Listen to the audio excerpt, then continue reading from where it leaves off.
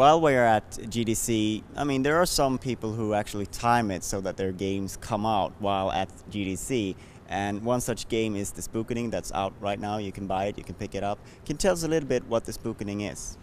Well, the Spookening is about this poor fellow who dies every night. He's got real bad luck, and he spawns as a ghost, and you as the player takes on the ghost character, essentially.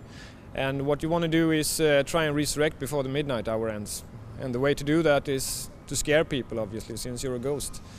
And every time you scare villagers, they will drop soul power for you to pick up. And you have a bunch of different ways to scare. You can create poltergeists and stuff with ghost power that you collect, or you can choose to load the crypt in the center of the city, in the cemetery. And for that you will get gold, and the gold can buy you certain skills for you to make life easier, or in this case, death easier.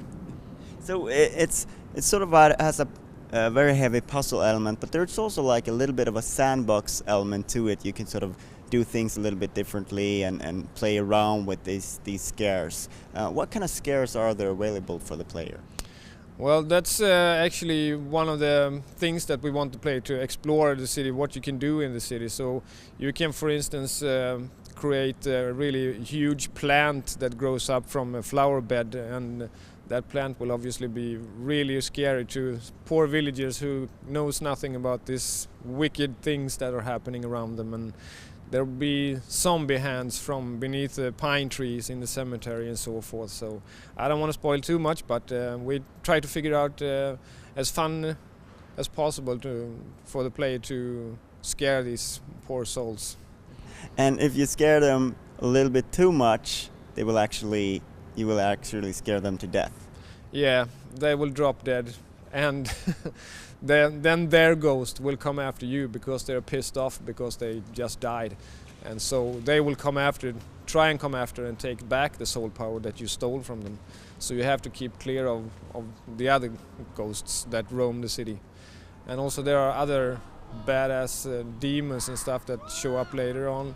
And we also have a small group of people who call themselves, it's a bit like in X-Files where you have the lone gunmen, but they are not called lone gunmen in our game, but it's kind of the similar group of people who they are hunting ghosts, so you have to stay clear of those two. Paranormal activity. Exactly, yes. All right. So can you tell us a little bit about the background, why you came to make this game, and sort of why you did it?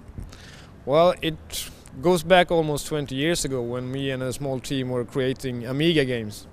And we had one game going which we called Shenandoah, and it was a classic shooter like R-Type. Unfortunately, we couldn't finish it, even though we had a publisher from Britain. We were featured in Amiga User and Amiga Format. But it turned out that one of the programmers were in love with the other programmer, and it didn't really hold out once he came out about that. So it was too much tension, basically. So the team split and the game never got finished. And now, 20 years later, I still have the same passion to make games, and I especially like retro games, and that's the type of style of game that I choose to play on my free time. So that's why we tried, or I don't even know if I tried to make it retro style. It just happened that way because I guess it's my style. And so it's great to be a small team to do this kind of game, and the mobile platform has made that possible once again. The game projects in between has been so large that you have to be at least 20 or 30 people to make something that really worth playable. But I think we did this quite good, and we used our own technology, which we have developed for a few years, which is called Gear. It's a 3D engine. And the game Spookening is viewed from top down, so you get a nice feeling of a 3D space when you see top of the buildings and the ground level.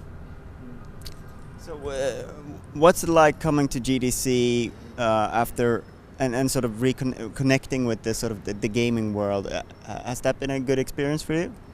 Yeah, especially like the indie part of the GDC. I mean, that's probably where I hang out most, because it's so inspiring, I think, because these people who do indie games, they have the possibility and also have the courage to make something different. They explore their wild ideas, and you don't really see that much from big companies because they have to bet on safe cards when they spend these project budgets on huge titles. So I think it's inspiring to see all these crazy weird ideas come to life. So the Spookening is out there. You can buy it. You can pick it up on App Store or the Google Play. Yeah, both actually. Yeah. Both. And what's next? Do you have new ideas that you want to explore as well, or is this a one-off? No, I certainly hope not. We will see how well it does. So we have ideas of making sequels, and we also have ideas of completely other projects to make in the future, and we will just hope for the best and see what happens. And I would wish for nothing more than just to be able to make this, continue making this, Spookening 2, 3 and whatever have we. So almost every mobile game that we've done an interview on here at GDC has been some sort of free-to-play model and some sort of way of sort of monetizing players with microtransaction. But the Spookening is taking another route, the more traditional route. Why is that? Well, during the development we had a number of tests. We had maybe 50 test people, and we had a survey for every tester to fill out after their gaming experience. And one of the questions were, would you rather have it free to play, or would you buy it once and then play it until you finish it? And the outcome was kind of 50-50 on that question. And so we went with what we ourselves would like, and I personally want to buy it once and then play it. I don't want to be interrupted with new purchase decisions and stuff like that. So it was quite basically a personal reference in regard to that. The survey gave us 50-50 outcome. Thank you very much for your time. Thank you. Have a good day.